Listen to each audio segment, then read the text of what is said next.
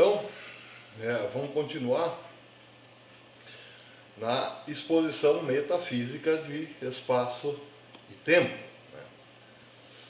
Então, quem prestou atenção na aula passada já sabe, do que trata o título, exposição metafísica. Não preciso voltar muito nisso agora, claro. Mas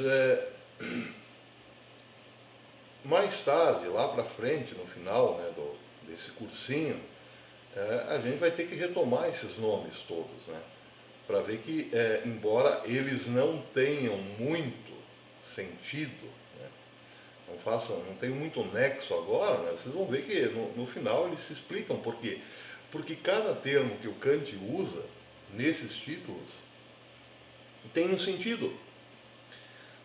Tem um sentido, evidentemente, dentro da própria lógica do Kant.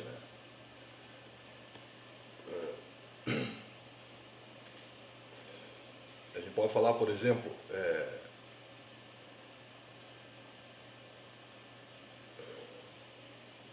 que o título maior, que é a obra inteira aí do Kant, que é a crítica da obra inteira, a obra em que ele trata disso, a crítica da razão pura, esse título tem um sentido. Só o título ele já explica aí muita coisa da lógica do Kant. E são termos que não estão unidos ao acaso. Quando o Kant ele vai tratar da matemática, ele dá o título estética transcendental, que é o que nós estamos estudando, estética transcendental. Mas ele não faz isso ao acaso, por achar bonito. Claro que aparentemente o título não tem muito a ver com o tema, mas é só aparência, porque depois que a gente vai entrando nos conceitos do filósofo, a gente vai percebendo, vai vendo que os títulos são puros conceitos. Então, por exemplo, Crítica da Razão Pura, que é o título do livro. A crítica é um conceito, razão é outro conceito. E puro é outro conceito que ele dá. E a gente já viu esse conceito na aula passada, que puro, para o Kant, é a mesma coisa que a priori. Então, os títulos são importantes. São importantes por quê? Porque ele organizou uma obra, de tal modo que, quando a gente ouve um título, a gente já está ouvindo, na verdade, ali uma combinação de conceitos.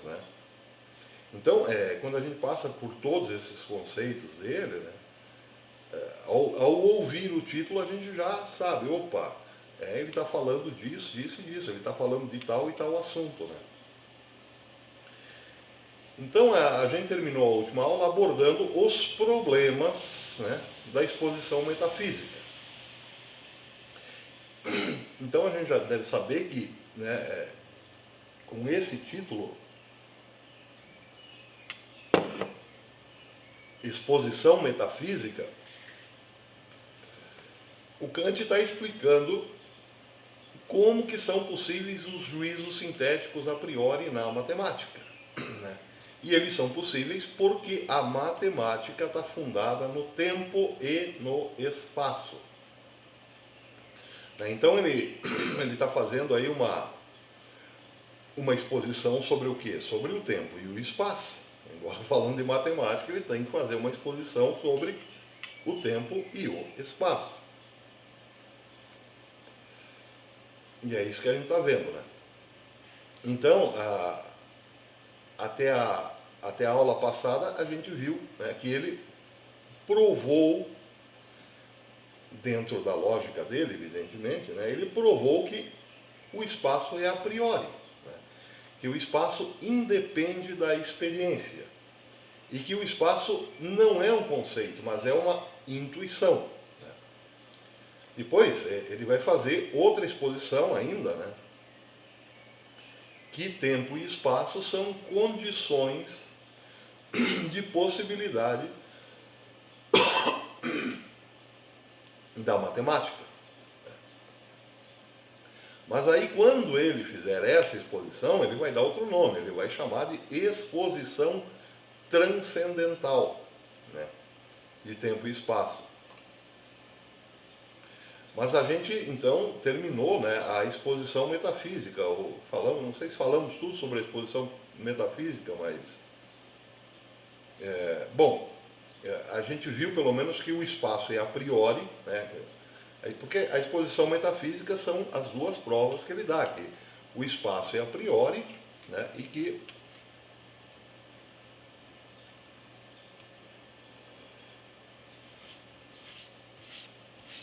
o espaço e tempo, né, são a priori, e que não são conceitos, né, que são acessíveis pela intuição, pelas formas da intuição.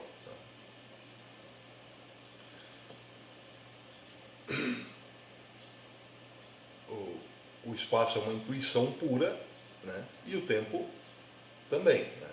Espaço e tempo são intuições puras. Só que agora a questão é saber como que o Kant vai provar que o tempo e o espaço são condições e possibilidade da matemática propriamente. E para isso ele vai dar um título novo, ele vai dar um título de exposição transcendental de tempo e espaço.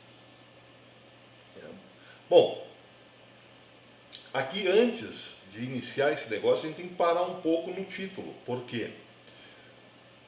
Porque esse título é complicado. Ele é um título complicado por quê? Porque esse termo transcendental, ele tem uma longa história na filosofia, né? Ele é tão antigo quanto a filosofia, né? E a história, essa história, né, via de regra, ela relaciona esse termo com, queiramos ou não, com o mundo de Deus. Então, a gente pode dizer que Deus é aquilo que transcende ao mundo da natureza, né? E transcendente, que as coisas de Deus são aquilo que transcendem o mundo da natureza. E transcendente, que é uma palavra derivada desse termo, né, ela quer dizer aquilo que existe em si e por si. Né? Só que o Kant usa esse termo de outro modo, em outro sentido. Né? Ele dá outro sentido a esse termo. Né? Então, por exemplo, se a gente diz, né, que a eternidade transcende o tempo, a gente pode entender esse negócio de duas formas, né? de dois modos, que a eternidade está além do tempo. Né? Que, como Platão dizia, né, que existe uma separação entre o tempo em si mesmo, né, que é a eternidade, né, que não tem começo nem fim, com o tempo da vida, né, o tempo da história, que tem começo, tem meio e terá fim. Né? Então, nesse caso, a gente estaria falando aí de coisas diferentes, né?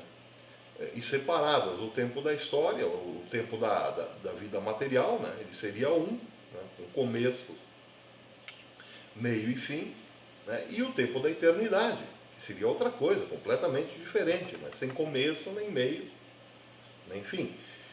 Então, vejam, nesse primeiro exemplo, a gente diz que há uma separação entre o que é passageiro e o que é eterno. Né? Por quê? Porque dentro da nossa finitude a gente não pode conhecer a eternidade, né? Tomando esse exemplo como base. Né? Para conhecer a eternidade é preciso entrar na eternidade. Né? E a gente sabe que não pode... salvo raríssimas exceções, sem exceções, ele não pode entrar na eternidade, né, sem morrer. Né. Por quê? Porque a gente tem essa ideia metafísica, esse conhecimento ontológico, né, de que o corpo é diferente da alma, né, e a alma é eterna, o corpo é passageiro. Então, nesse caso, só a alma pode entrar na eternidade. E para a alma entrar na eternidade é preciso separar-se do corpo, é preciso morrer. Né?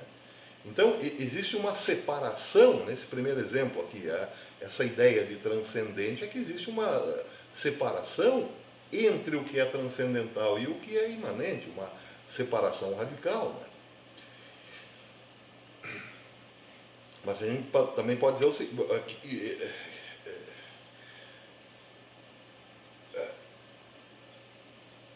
essa separação, ela é, digamos assim, radical, porque uma coisa implica na vida do espírito e outra implica na vida da matéria. Esse é o primeiro exemplo, né? Então, para conhecer o transcendental é preciso transcender, entrar na vida do espírito, né? Vamos dizer assim, subir para a eternidade, né? Então, depois, na eternidade, lá na eternidade, aí a gente vai ter um conhecimento do que é a eternidade, né? Então, nessa interpretação que é mais ou menos platônica, mas ainda não é bem platônica, né? A gente precisa admitir que existe uma separação intransponível entre o eterno e o passageiro, né? Segundo as condições da matéria, da carne, né? O eterno é o transcendente e o passageiro é o imanente. Nós, como corpo, vivemos aí no mundo da imanência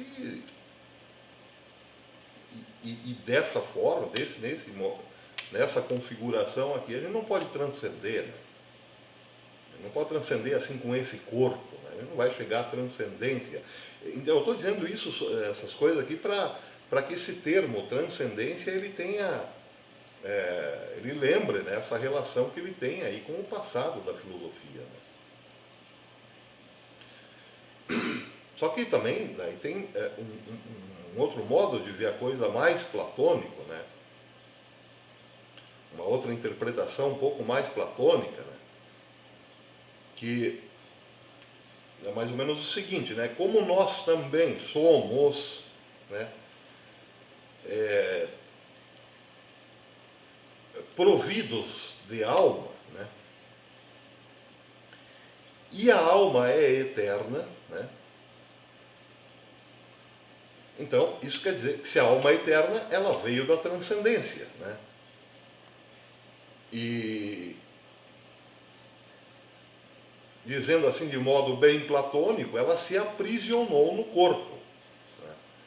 Ela trouxe consigo, então, da eternidade, algum conhecimento do mundo transcendental, né?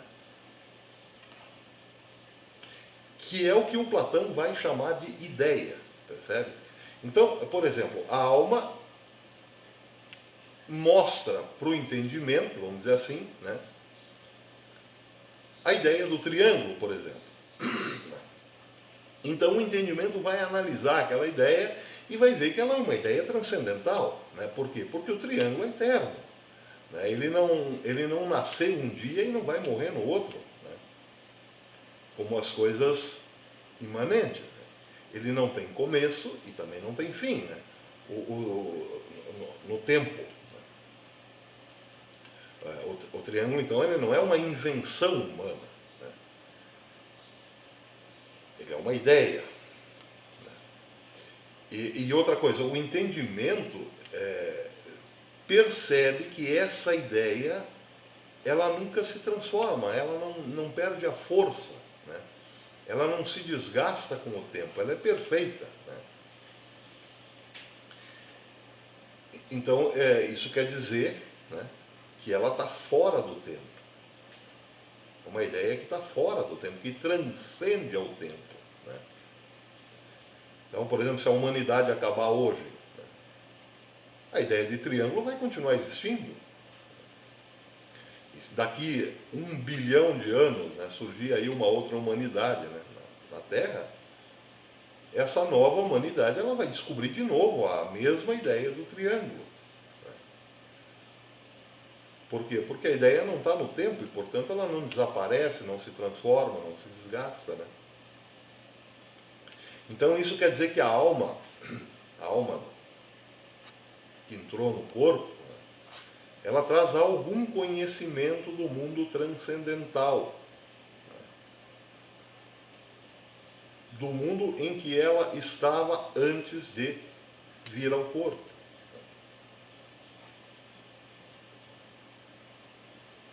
E a partir dessas coisas desses conhecimentos de coisas transcendentais que ela traz, né, a partir das ideias, é que vai se formando o conhecimento. Né? Então, nós temos aqui um sentido histórico para esse termo transcendental, né, que vem lá desde os gregos, né? Com algumas variações, né, mas todos eles implicando nessa relação nessa distinção de mundos. Né?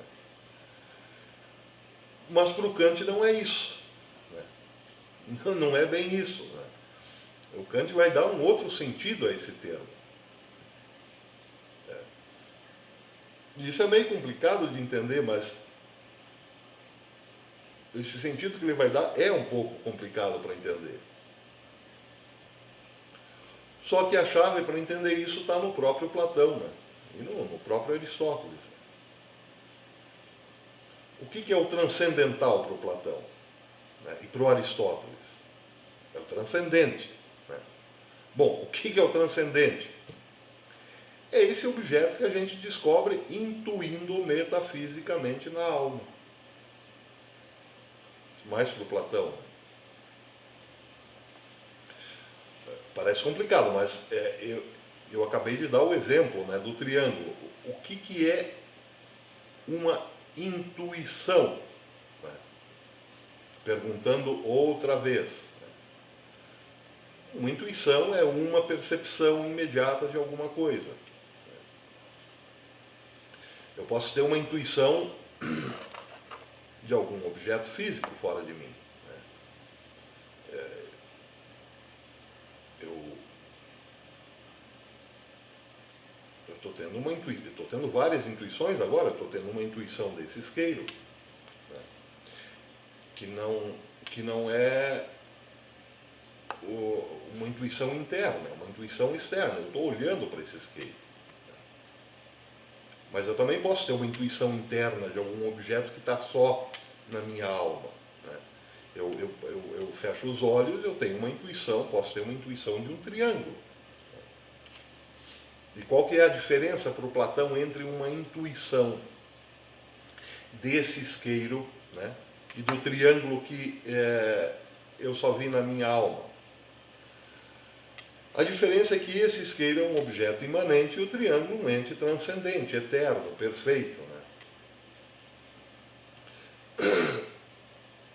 E esse isqueiro além do mais, ele é finito, ele é passageiro, ele é imperfeito. Agora, o triângulo não, o triângulo visto com os olhos da alma, ele é eterno, ele é perfeito, percebem? Então vejam, está muito claro aqui que esses objetos transcendentes, né, eles já vieram com a alma. Quando a alma entra no corpo, ela já traz esses objetos. Ele já vem embutido na alma. Né? Segundo Platão. Por quê? Porque eles fazem parte da experiência da própria alma na eternidade. Né? A alma, antes de vir ao corpo, ela andava lá pela eternidade, né? Contemplando as coisas eternas. Então ela experimentou um monte de coisas eternas. Ela tem alguma experiência da eternidade, né? Mas quando ela é chamada para habitar o corpo, ela entra no corpo e esquece quase tudo que ela viveu lá na eternidade, vamos dizer assim, né? Só que na medida em que o sujeito vai levando uma vida contemplativa, espiritual, né, mais voltada para as coisas da alma do que da carne, né, então a alma ela vai lembrando dessas experiências que ela teve lá na eternidade, percebe? Aí o Platão chama essas lembranças de reminiscências, né? Então a alma vai tendo essas reminiscências, ela vai lembrando daqueles objetos eternos que ela viu. Né? Aqueles objetos eternos em que o Platão chama ideias. Então a alma ela vai recordando as ideias. ideia de número, a ideia de casa, a ideia das figuras geométricas, né? A ideia de cama, a ideia de computador, né? A combinação de várias ideias, né? Ela vai lembrando de várias combinações, né? Que formam, por sua vez, outras ideias e outras ideias, né? E assim por diante, né? Então, por quê? Porque tudo isso a alma viu antes de habitar no corpo. Né? E é por isso que para o Platão todo o conhecimento que a gente tem sobre os objetos, ele não vem da experiência propriamente com os objetos, percebem? Mas eles vêm do contato, né, que a alma teve com as ideias. Vem da lembrança da alma, né, dos contatos que ela teve com as ideias lá no mundo da eternidade. Então, por exemplo, para eu conhecer esse isqueiro, né, eu tenho que buscar na minha alma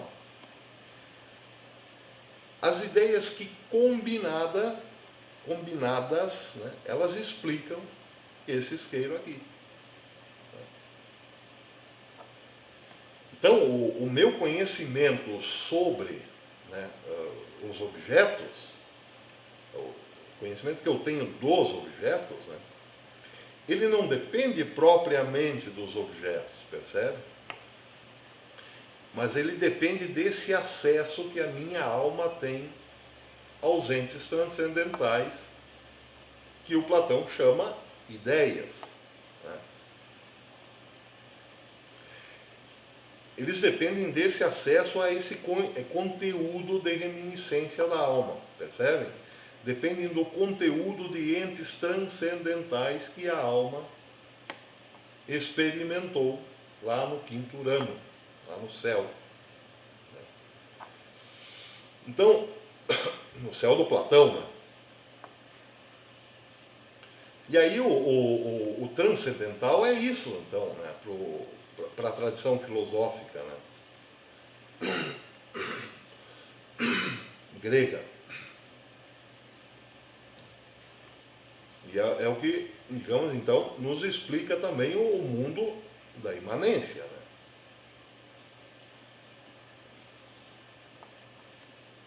Porque eu extraio dessas ideias um conhecimento seguro para aplicar sobre as coisas do mundo da imanência. Só que para o Kant não é isso. Né? O transcendental para o Kant é aquilo que, vindo de fora, é transformado dentro do sujeito. É aquilo que é transformado em conhecimento pelo sujeito cognoscente.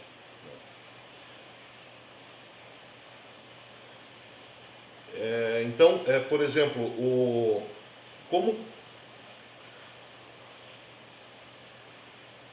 que esse isqueiro se torna conhecido para o Platão? Como que ele adquire um conhecimento sobre esse isqueiro? Quando ele se lembra das ideias eternas que ele tem na alma, que combinadas, né, que entrelaçadas formam um isqueiro. Então, ele nem precisa ir de um isqueiro no mundo real para saber, né, qual que é o fundamento, né, de um isqueiro no mundo imanente, na imanência. Né? Basta que a sua alma se lembre da experiência que ela teve lá no mundo da eternidade. Né? Basta que ela se lembre do entrelaçamento de algumas ideias para compreender o fundamento que está dado aqui nesse objeto material e transitório. Então, é daí que vem a episteme, né? É daí que vem o conhecimento do homem platônico, vamos dizer assim, né? Então a gente pode dizer o seguinte, que o sujeito que inventou o primeiro isqueiro, segundo Platão, né, ele não podia se basear num outro isqueiro. Né? Mas como que ele inventou o primeiro isqueiro?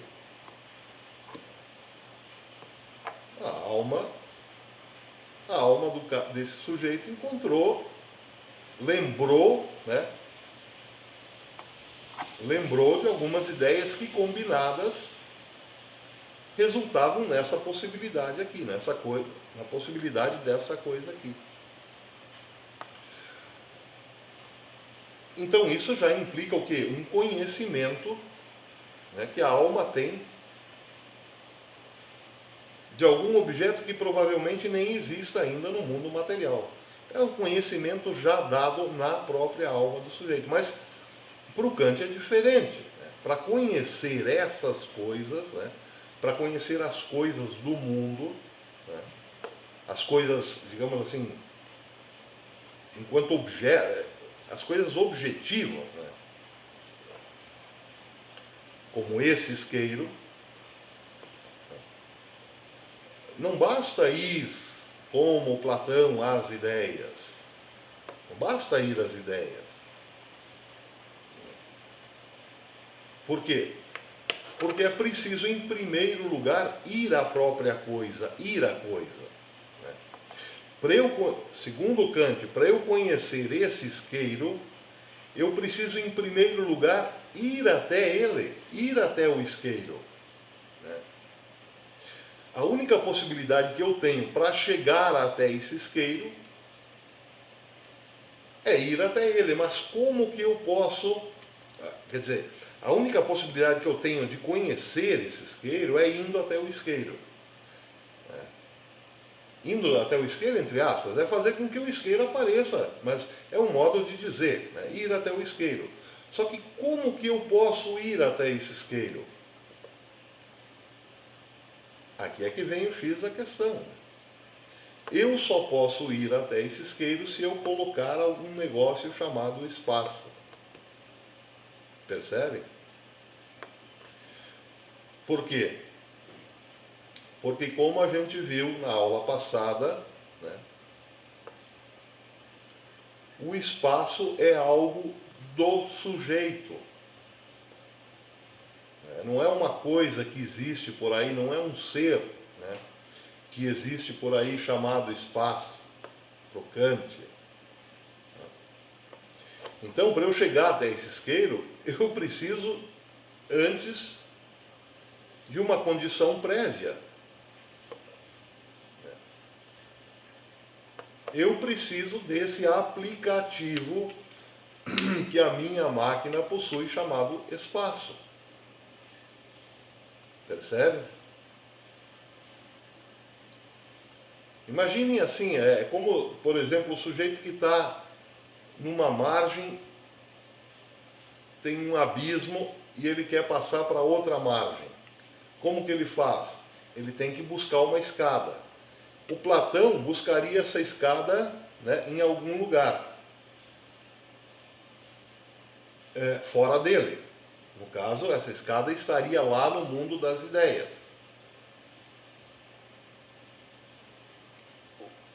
Para o Kant, a questão do espaço é como se ele tirasse, ele mesmo colocasse a escada, né, a partir dele. Só o fato de ele olhar para o abismo e saber que tem que estar lá do outro lado da margem, só essa visão já colocaria automaticamente uma escada para ele atravessar. E essa escada seria aquilo que, vamos dizer assim, uma ferramenta que estaria nele mesmo, no próprio sujeito. Né?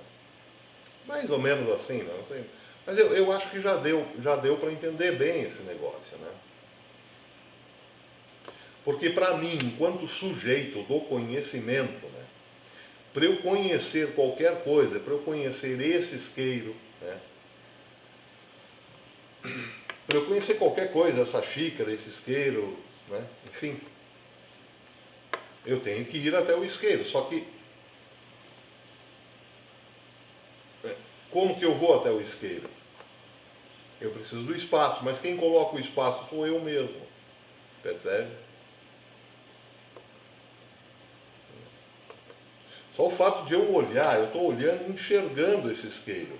Isso já quer dizer que essa possibilidade de enxergar o isqueiro é porque existe um espaço entre eu e o isqueiro. Entre mim e o isqueiro. Quem que colocou o espaço? Eu mesmo. Esse isqueiro está aqui, na minha frente, né? Está aqui nesse espaço à minha frente, né?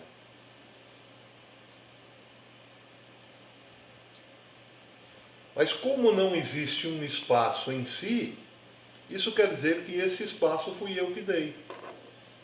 Fui eu que coloquei. Como para o Kant não existe uma coisa aí fora chamada espaço, e existe um espaço entre mim e essa coisa aqui, quer dizer que esse espaço fui eu que coloquei. Percebe? Esse espaço que existe é o espaço que eu dou, né? Que eu coloco. Percebe? E aí, só assim o isqueiro aparece para mim. E isso é bem diferente do Platão.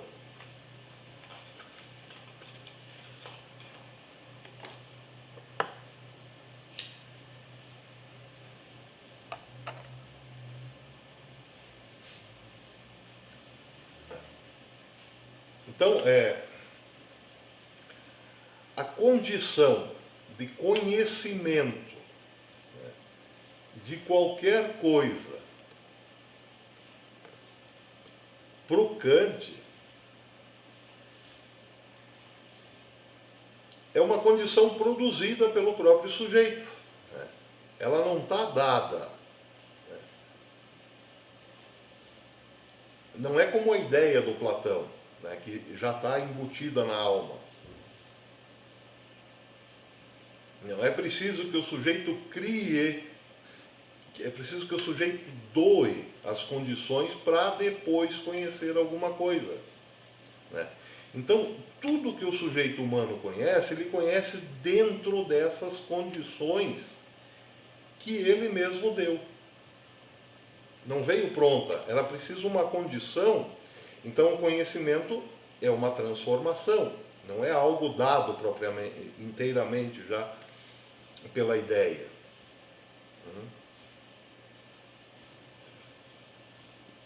E aí é esse conhecer, né, que ele chama transcendente.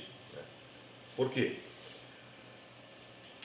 Porque ele entende mais ou menos o seguinte: se eu, Kant, não colocar o espaço, né, e sou eu que coloco o espaço, essas coisas aí do mundo não apareceriam para mim. Percebe? Mas quando essas coisas todas aparecem, né, dentro do espaço que eu mesmo coloquei, então ela já aparece dentro de uma condição.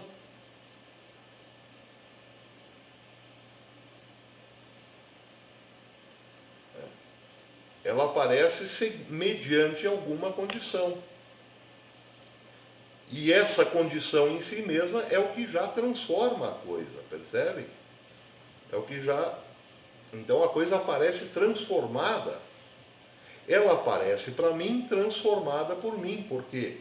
Porque ela só aparece mediante condições, e as condições sou eu mesmo que imponho. Ela não aparece como ela é, ela aparece dentro das minhas condições. Ela aparece transformada. Esse isqueiro não me aparece para mim como ele é. Ele aparece para mim dentro das condições que eu coloquei. Ele tem que respeitar isso. Ele não pode se mostrar para mim como ele é.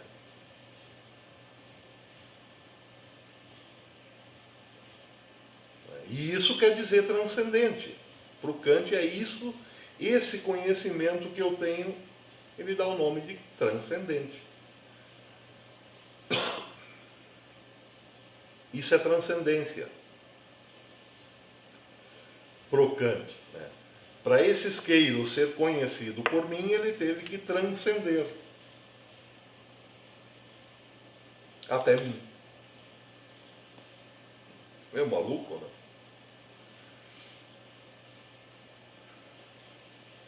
Agora, como esse isqueiro é em si mesmo, eu não faço a menor ideia, segundo Kant. Eu não tenho a mais mínima ideia de como ele é em si mesmo. A única coisa que eu sei, e daí que nós entendemos o termo transcendente, é o que ele é para mim, segundo as condições da objetividade que eu mesmo coloquei. Isso é transcendência, percebe? Só que, claro, a gente tem que ir com calma por aqui, isso é complicado mesmo, a gente tem que ir aos pouquinhos, mastigando esse negócio até ficar bem clarito, né? Porque, claro, dizendo assim, né, dessa forma absolutamente coloquial, né, isso pode conter muitos erros, né, não ser muito exato. Então a gente tem que voltar sempre, dizer sempre essas coisas até se tornar clara, mas de um jeito mais ou menos mais rigoroso, né, vamos dizer assim. Então a gente vai falar muito sobre isso. É para ter uma ideia, né, pelo menos, para começar a ter uma ideia. Né? Então vejam, para que esse isqueiro, né, e qualquer outra coisa, essa mesa, essa xícara, esse cinzeiro, né, para que essas coisas todas sejam conhecidas pelo sujeito cognoscente, né, por mim, por exemplo, aqui, né, para que eu tenha conhecimento de qualquer coisa, é preciso, em primeiro lugar, que eu coloque as condições transcendentais da objetividade. Né? Anotem aí, as condições transcendentais da objetividade.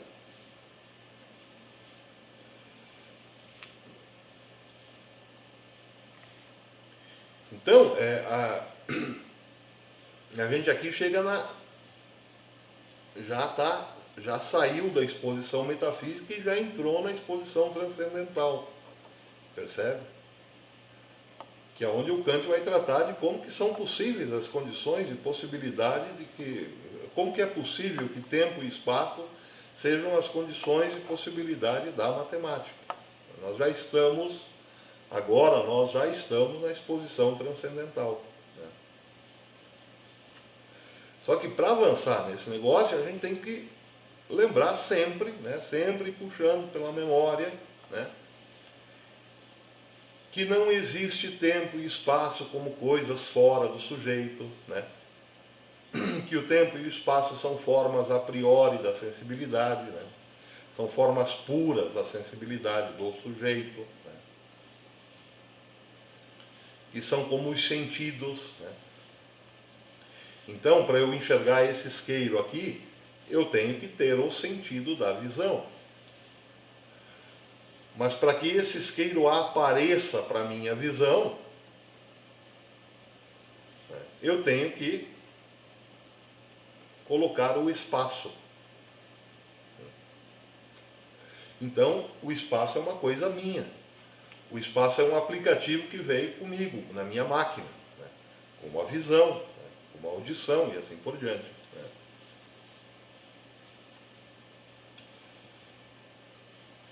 Sou eu, né, que dou o espaço para que as coisas apareçam. E esse espaço que eu dou, ele é puro, né, e é necessário, percebem? Por quê? Porque ele faz necessariamente parte da máquina.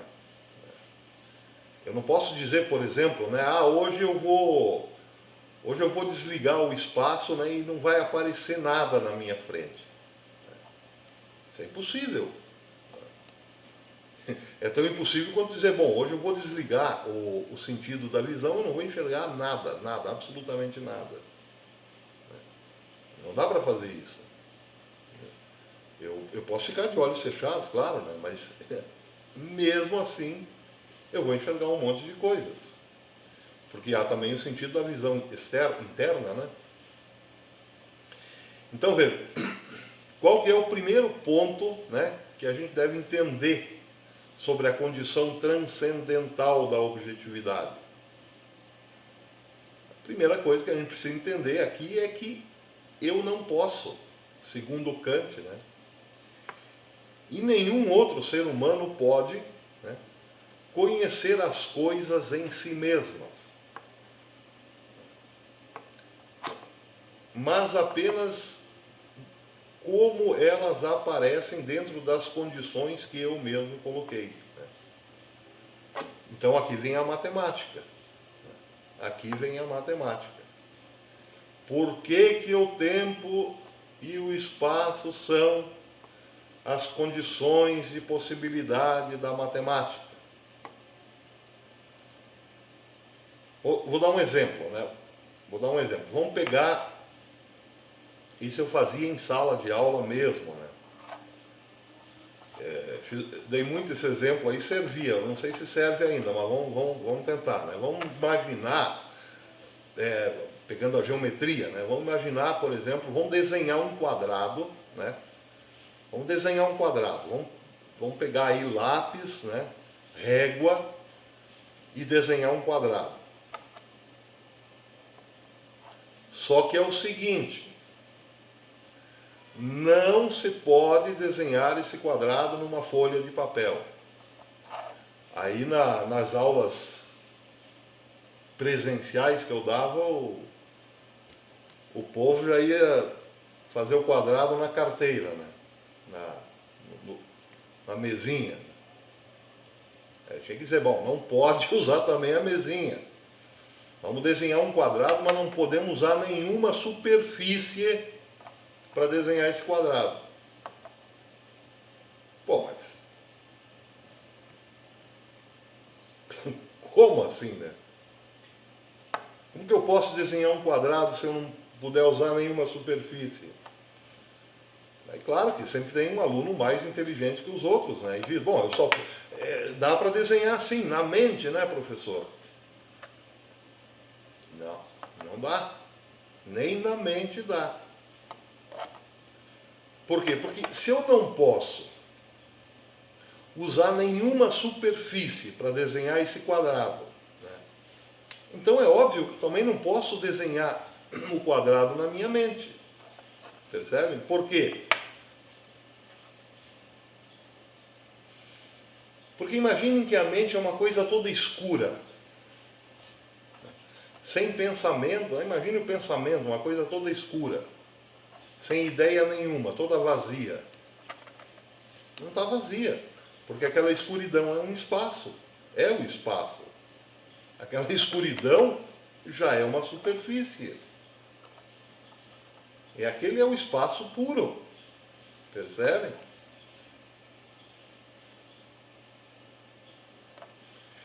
Então veja, não tem como desenhar um quadrado se não for num espaço, não tem como desenhar um quadrado se não for numa superfície. Nem na mente é possível. Por quê? Porque só o fato de eu colocar alguma coisa na mente, eu já coloquei dentro do espaço. Eu posso tirar tudo da minha mente, tudo, tudo, tudo, e ainda assim vai ficar o quê? O espaço puro. Não é possível desenhar um quadrado sem o espaço. É impossível. Aliás, é impossível desenhar qualquer coisa, né, sem o espaço, é só o quadrado, né? Por isso que é impossível que esse isqueiro me apareça se não for no espaço. Por quê? Porque só a forma dele, né, a forma dele já é espacial. Sem espaço eu não enxergaria essa forma. Percebem?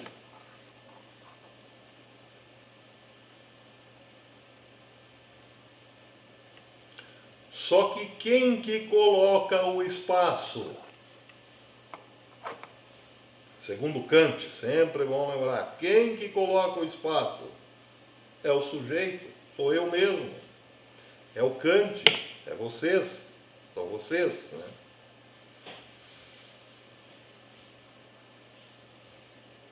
Então, o que é a coisa em si, né? O que seria um quadrado em si mesmo? Segundo o Kant, eu não faço a menor ideia. Não posso fazer a menor ideia do que seria um quadrado em si mesmo. Eu só posso saber o que é um quadrado dentro do espaço que eu coloquei, para que ele aparecesse para mim, né? O espaço sou eu que dou.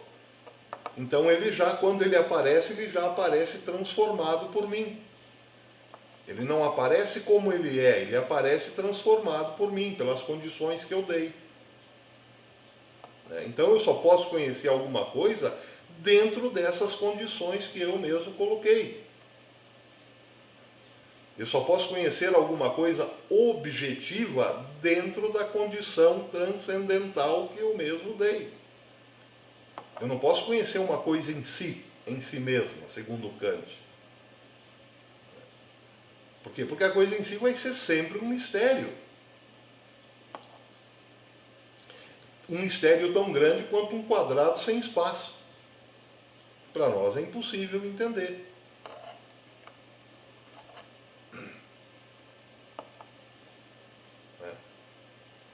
Eu só posso conhecer a coisa, eu não posso conhecer a coisa em si, eu posso conhecer somente a coisa em mim.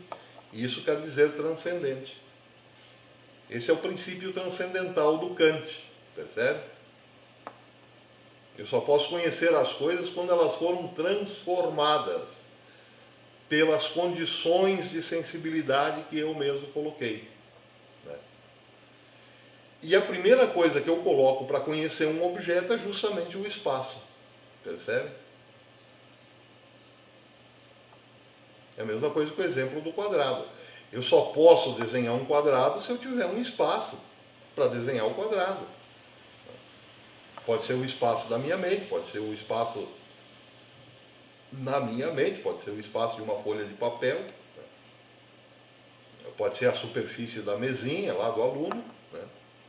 Do colégio, faculdade, não importa. Né? Mas eu só posso desenhar esse quadrado num espaço. Só que esse espaço sou eu que dou, sou eu que coloco. O espaço é uma coisa minha, é um sentido meu, é um aplicativo da minha máquina. O espaço, então, ele é a primeira condição de possibilidade da matemática. Claro que o Kant vai além disso, né? Então a gente já deduz aí que ele é também a primeira condição que eu tenho para colocar, né? Para conhecer alguma coisa. Né? E essa coisa ela vai ser sempre uma coisa relativa, né? Ao meu conhecimento. Por quê? Porque eu nunca vou saber como ela é em si mesma. Por quê? Porque uma coisa, esta coisa aqui, para os outros seres aí, para os outros seres da natureza, ela pode aparecer de infinitas outras formas diferentes. Né? Por quê? Porque a única maneira desse isqueiro aparecer dentro de um sistema operacional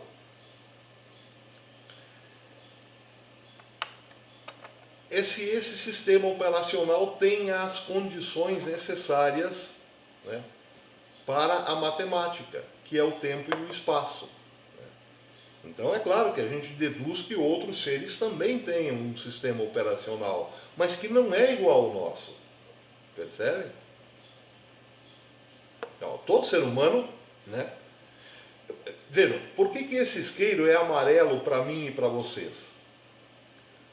Porque todo ser humano tem o mesmo sistema operacional. Então, para nós que temos um sistema operacional X, vamos dizer assim, essas coisas do mundo aqui aparecem da mesma forma para todo mundo. Então, a gente pode até entrar num consenso. Se eu digo, esse isqueiro é amarelo, todo mundo vai concordar. Por quê? Porque ele aparece amarelo dentro do sistema operacional de cada um, de cada humano, de todo humano. Salvo as exceções em que a pessoa tem algum problema aí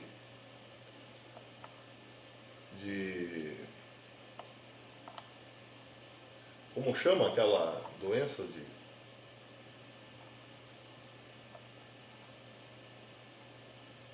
daltônico, né? Se for daltônico vai enxergar de outra cor, mas isso é uma exceção à regra, é uma, vamos dizer assim, uma pequena falha no sistema operacional. Né?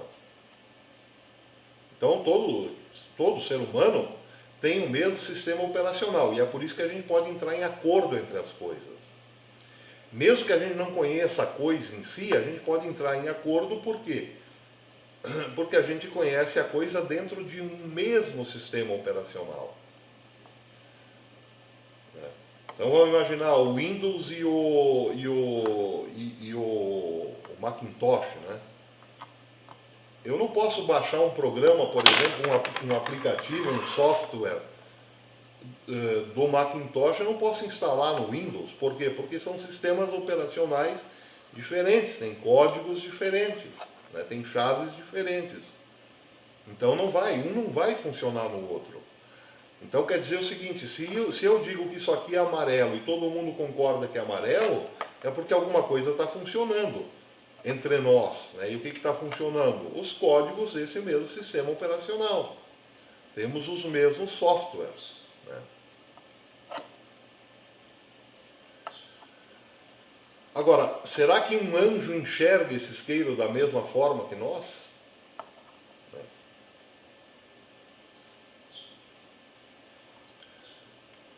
Só se o sistema operacional dos anjos for igual aos dos seres humanos, né? Eu não sei como um anjo vê esse isqueiro. Eu não posso saber. Nós, seres humanos, vemos assim, dessa forma, né? Com essa cor, né? Com esse peso, com esse tamanho, né? E assim por diante. E assim ele aparece igual para todos os seres humanos, né? Por quê? Porque nós temos todos, humanos, o mesmo sistema operacional.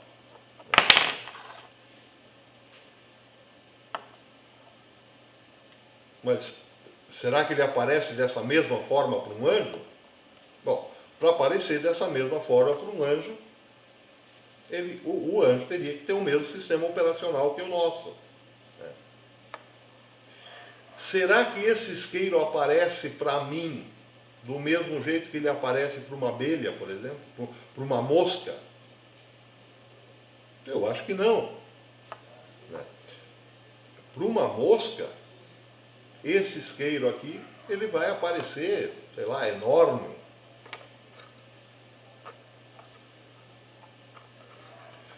Talvez não amarelo, mas com milhares de cores, que a gente não percebe, não faz nem ideia, né? Isso quer dizer o seguinte, né, que ele aparece de modo diferente para a mosca, por quê? Porque a mosca certamente tem um sistema operacional diferente do nosso, né? Ele vai aparecer com outras cores, né? Com outro volume.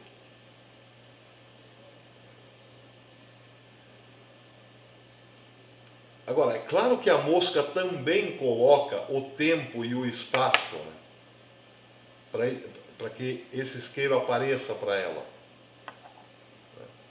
Só que o tempo e o espaço da mosca é diferente do nosso. Então, isso quer dizer o seguinte, né, que todas as coisas que estão aí ao nosso redor, elas são o que? Elas são relativas. O conhecimento dessas coisas todas são relativos aos nossos sistemas operacionais. Elas são relativas ao modo como elas entram nesses sistemas operacionais, percebe?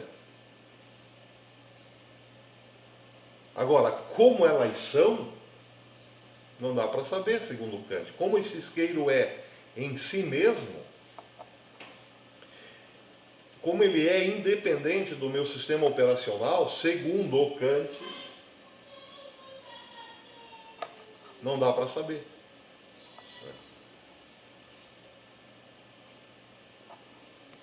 Não dá para saber.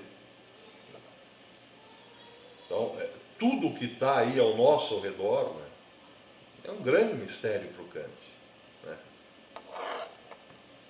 Tá? A gente só conhece as coisas ao nosso redor dentro do nosso sistema operacional, né? Mas como as coisas são em si mesmas, para o Kant não dá para saber, né? Como as coisas são, como o mundo é, como esse isqueiro para o Kant é um grande mistério. A gente só pode saber o que são as coisas dentro das condições de objetividade que nós mesmos colocamos, as condições transcendentais da objetividade. A gente só poderia conhecer as coisas em si mesmas, as coisas como elas são em si mesmas, para o Kant, né, se a gente entrasse na mente de Deus, né? Por quê? Porque só Deus tem o conhecimento das coisas independentes dos sistemas operacionais que Ele mesmo criou, percebe? Então só Deus conheceria esse isqueiro em si mesmo. Só Deus enxerga esse isqueiro em si mesmo, né? Só Deus conhece as coisas de modo completo, né, vamos dizer assim. Então, quando Deus olha para esse isqueiro, é como se Ele olhasse através de todos os sistemas operacionais que Ele criou, né? Então, só Deus tem o conhecimento absoluto das coisas, o conhecimento verdadeiro das coisas, o conhecimento das coisas como elas são em si mesmas, né? E claro que isso parece bonito, né? Claro, parece bonito, parece singelo, né? Só que aqui é que surge um problema, né? Um gravíssimo problema, né? Por quê? Porque já está dado aí o princípio do relativismo, né, total, né? É quase como um retorno aí aos sofistas, lá do tempo do Sócrates, né? Percebe? Por quê? Porque se tudo é relativo aí aos sistemas operacionais, a criatura humana não tem acesso à verdade. Percebe? Então, para o Kant não adiantou nada Jesus ter dito: eu sou o caminho, a verdade e a vida.